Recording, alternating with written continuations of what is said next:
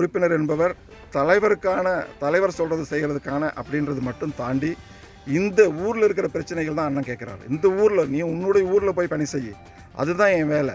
நான் ஜெயிச்சுட்டு உடனே போய் கட்சி ஆஃபீஸில் உட்காந்துக்கிறது என் வேலை கிடையாது. ஆக நாங்கள் மக்களிடம் ஒரு நம்பிக்கையை ஏற்படுத்துவதற்கு நாங்கள் வந்தால் இவற்றையெல்லாம் செய்வோம் என்று. கோவை மாவட்டத்தில் அரசியல் வட்டாரத்தில் பேசுபொருளாக மாறியுள்ள ஒரு வித்தியாசமான சம்பவம்.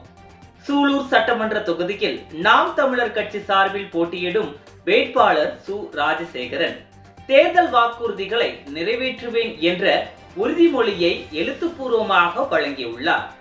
செஞ்சேரி மலை முருகன் கோவிலில் முன்பாக 100 ரூபாய் முத்திரை தாளில் கையெழுத்திட்டு அந்த உறுதிமொழி பத்திரத்தை செஞ்சேரி மலை ஆதீனம் முத்து சிவராமசாமி அடிகளாரிடம் சமர்ப்பித்துள்ளார்.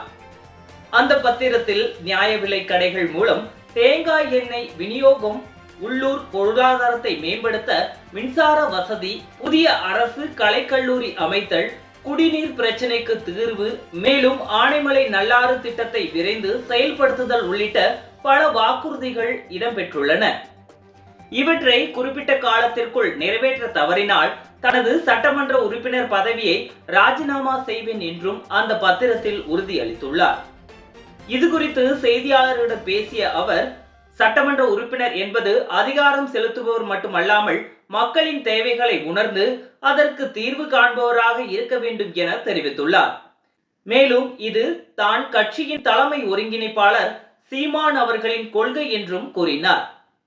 அரசியல் களத்தில் அரிதாக காணப்படும் இந்த எழுத்துப்பூர்வ உறுதிமொழி தற்போது சமூக வலைதளங்களில் வைரலாகி பரவலாக பேசப்பட்டு வருகிறது.